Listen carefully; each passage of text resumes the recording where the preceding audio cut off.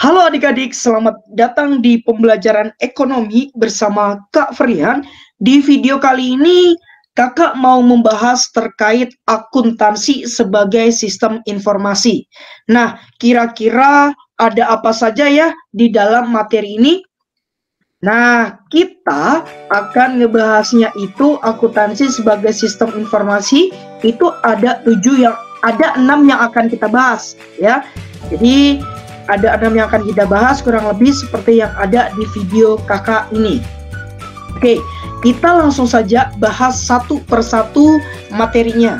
Langsung saja, yang pertama itu adalah pengertian dari akuntansi. Nah, kalau kita lihat di sini, kakak udah ada dua ya, nantinya ada dua akuntansi menurut AECPA atau American Institute of Certified Public Accountant ya. Jadi akuntansi itu adalah seni dalam mencatat, menggolongkan, dan peringkasan suatu transaksi dan kejadian finansial. Kemudian yang kedua, akuntansi itu diukur dengan satuan uang. Sementara yang ketiga, akuntansi itu dapat menghasilkan suatu penafsiran. Itu menurut AECPA. Kemudian yang kedua, menurut American Accounting Association atau AAA. Kira-kira apa ya akuntansi? Nah, akuntansi merupakan suatu proses identifikasi, pengukuran, dan pelaporan informasi. Ya, yang kedua, akuntansi itu digunakan untuk penilaian dan pengambilan keputusan. Jadi udah ada dua ya yang sudah kakak sampaikan, akuntansi menurut AECPA sama menurut AAA. Jadi jangan kebalik ya kalau seandainya adik-adik ketemu soal yang seperti ini. Nah, kita lanjut ya. Jadi kita ibaratkan akuntansi itu sebuah pabrik nih adik-adik. Jadi kenapa sebuah pabrik? Yang pertama kita lihat nih. Yang pertama ada input, ada proses, dan ada output. Kira-kira maksudnya apa ya Kak Frian? Nah, yuk kakak bahas nih. Input di sini ini udah ada kayak dokumen kan di video kakak. Jadi Kak Frian ada dokumen di sini. Maksud dari dokumen di sini adalah tadi kan akuntansi ibarat pabrik ya. Jadi di dalam pabrik ini biasanya kan ada dokumen-dokumen kayak transaksi-transaksi yang terjadi ya di dalam pabrik seperti itu. Mau transaksi uang kas masuk atau kas keluar seperti itu. Jadi bahasa kerennya penerimaan kas atau pengeluaran kas seperti itu ya. Nah, input di sini berarti ada dokumen, artinya ada bukti transaksinya. Jadi setiap ada penerimaan kas atau pengeluaran kas itu berarti harus ada bukti transaksinya seperti itu ya. Jadi kalau bahasa kerennya kayak nota kayak gitu ya, bahasa kerennya kita ya. Nah, yang kedua itu ada proses. Jadi proses di sini bahwa ini ibarat kata sebuah pabrik tadi. Jadi di dalam pabrik ini ada prosesnya. Apa sih yang terjadi Kak Frian di dalam pabrik ini? Yang pertama jelas dong ada identifikasi. Kemudian yang kedua ada pencatatan. Kemudian ada pengukuran nih, kemudian ada peringkasan, dan endingnya nanti ada pelaporan. Nah, makanya pabrik ini kita ibaratkan proses tadi ya, proses tadi kayak identifikasi, pencatatan, pengukuran, peringkasan, dan pelaporan. Baru nanti hasilnya, outputnya, ini kita lihat ada gambar kalkulator ya. Jadi kalkulator ini maksudnya apa sih Kak Frian? Maksudnya adalah adanya laporan keuangan. Jadi karena tadi adanya bukti transaksi, kemudian ada pencatatan, sampai ada pelaporan, dan nanti baru hasil akhirnya itu ada laporan keuangan. Maka di dalam pabrik ini nanti adik-adik bisa melihat, oh pabrik ini ada laporan laba ruginya gimana ya pabrik ini, apakah laba atau rugi seperti itu. Oh kira-kira modal akhirnya jadi berapa ya gitu kan. Baru yang terakhir nanti, oh jadi di pabrik ini laporan neracanya seperti apa ya. Lalu yang akhirnya ada cash flow. Cash flow itu kayak laporan arus kas seperti itu. Nah, materi laporan keuangan nanti akan kakak bahas di video berikutnya. Nah, kira-kira seperti ini ya adik-adik. Akuntansi itu ibarat pabrik ya. Ada input, ada proses, dan ada output. Oke, kita lanjut ke manfaat akuntansi. Kira-kira apa sih manfaat dari akuntansi? Yang pertama, ini ada sebagai informasi keuangan untuk pihak yang membutuhkan. Jadi kan akuntansi itu kan ada pihak-pihak nanti pengguna informasi. Pengguna informasi itu terdiri dari pihak internal sama eksternal ya. Nanti kita bahas setelah ini. Jadi ini digunakan untuk mereka yang membutuhkan informasi akuntansi seperti itu. Yang kedua, itu ada sebagai bahan evaluasi keuangan. Oh ternyata pabrik tadi misalnya, pabriknya Kak Afrian misalnya, tahun ini mengalami penurunan dari pendapatannya. Kemudian tahun sebelumnya itu ada peningkatan.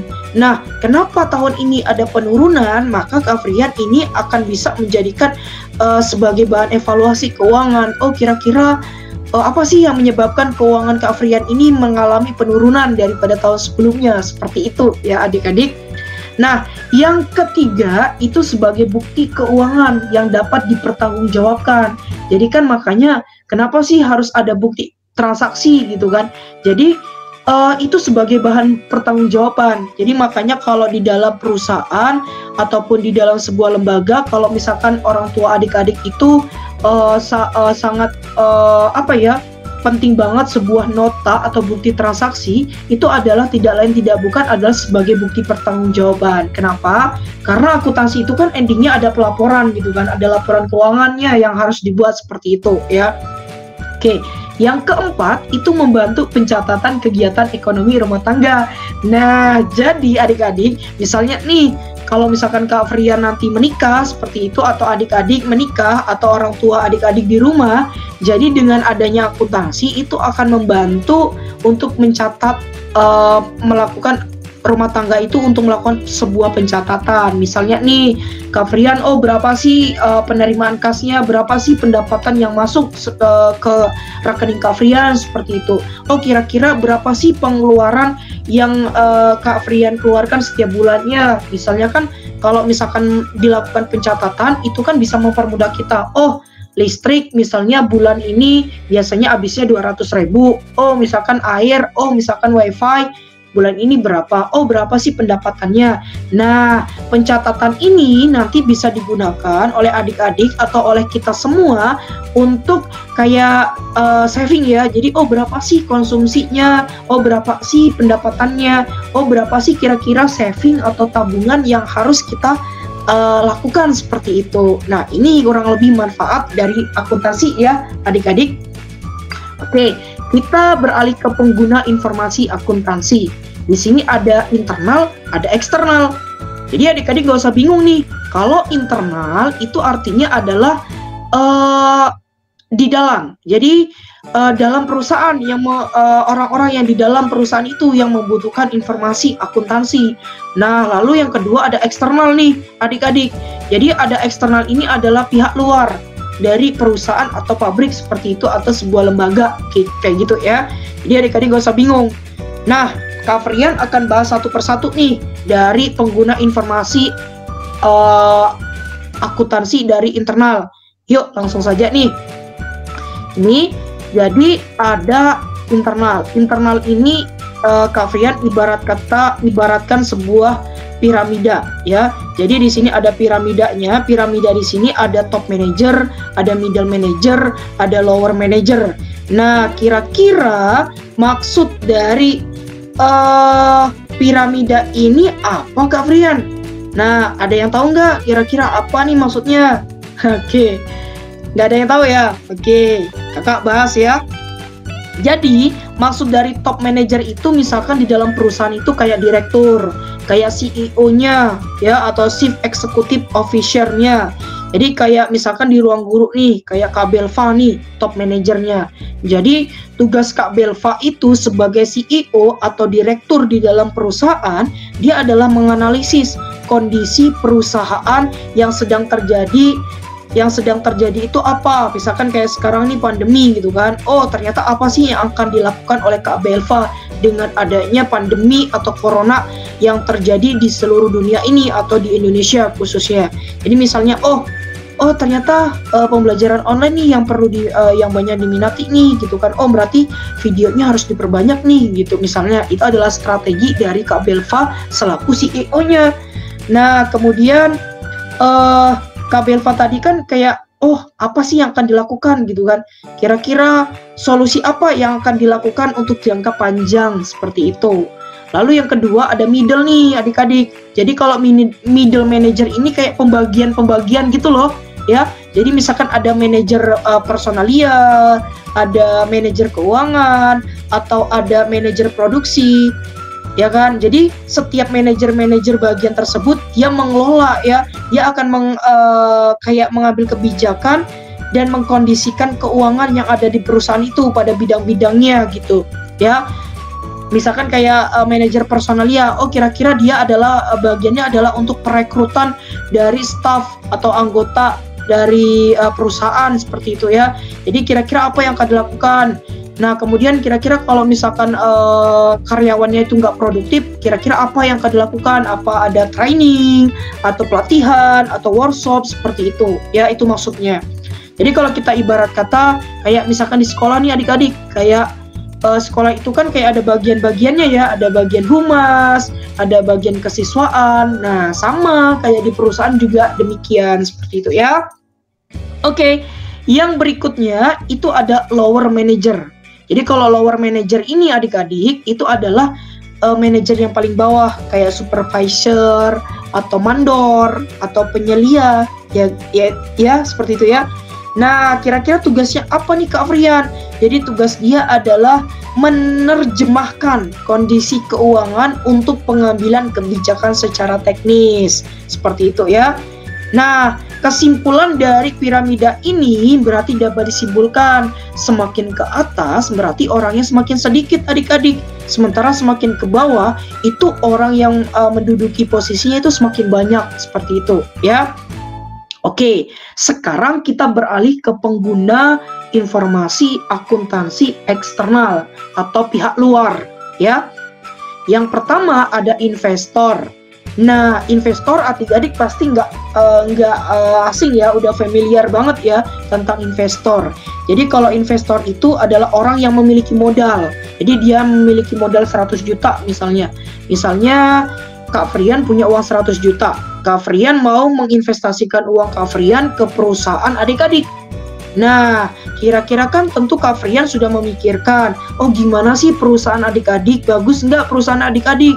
Jangan sampai Kak Frian udah investasi uang 100 juta, ternyata perusahaan adik-adik dalam kebangkrutan seperti itu ya, banyak defisitnya atau banyak utangnya. Nah, nggak jadi dong, nanti yang ada Kak Frian sebagai investor itu akan rugi, ya kan? Nah, itu maksudnya, ya kan? Jadi, investor ini akan bisa melihat kira-kira partner kerjanya nanti ataupun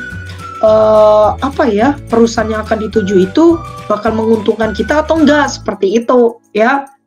Oke, lalu ada karyawan. Jadi misalkan karyawan nih, adik-adik misalkan lulus SMA, lalu melamar pekerjaan di perusahaan sebagai marketing misalnya, ya. Jadi adik-adik itu akan bisa mengetahui, oh gimana sih prospek karir di masa yang akan datang, ya kan? Kira-kira berapa sih bonus yang akan diterima seandainya lembur seperti itu. Nah, itu dijadikan apa? Dijadikan evaluasi. Kira-kira adik-adik mau tetap bertahan nggak sebagai karyawan di perusahaan tersebut, atau ada perusahaan lainnya yang lebih bagus seperti itu, ya. Lalu yang ketiga itu ada kreditor. Kreditor itu artinya adalah pihak yang memberikan pinjaman pada perusahaan sebagai modal. Contoh nih, contohnya kayak bank. Ya, misalkan kayak bank. Jadi bank itu dia punya hak untuk memutuskan apakah dia memberikan pinjaman atau tidaknya kepada perusahaan. Kenapa? Tentunya dia akan melihat dulu ya, bank itu akan mengevaluasi apakah perusahaan itu apakah perusahaan itu bagus atau tidaknya melalui apa? Melalui laporan keuangan. Lalu yang keempat itu ada pemerintah. Jadi kalau kita bicara masalah pemerintah, itu biasanya kita berhubungan dengan pajak, ya nggak sih? Iya, pajak.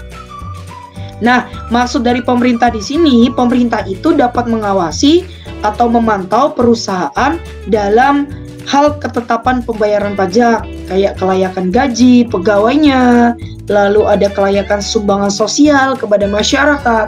Nah, kurang lebih seperti itu ya kalau dari pengguna informasi akuntansi eksternal pemerintah. Nah, yang kelima itu masyarakat umum. Misalnya kayak adik-adik dengan Kak Frian. Nah, maksudnya apa sih Kak Frian? Maksudnya kita sebagai masyarakat umum itu bisa mengetahui peran perusahaan dalam melaksanakan kewajiban-kewajiban sosial ya di dalam masyarakat. Nah, kira-kira kan kita bisa melihat nih apakah perusahaan A itu udah melaksanakan kewajiban-kewajiban sosial dalam masyarakat atau belumnya, seperti itu ya. Oke, jadi jangan lupa ya, pengguna informasi akuntansi itu ada internal sama eksternal seperti yang ada di video kakak ini. Maka adik-adik jangan bingung lagi kalau ada soal seperti ini. Oke. Nah, itu tadi adalah video yang pertama tentang akuntansi sebagai sistem informasi. Nah, Kak Frian tentunya akan upload video yang kelanjutan dari video yang pertama ini di part 2. Nah, oleh karena itu, adik-adik jangan lupa untuk subscribe, like, comment, and share video dari Kak Frian. Semoga video dari Kak Frian bermanfaat untuk adik-adik semuanya.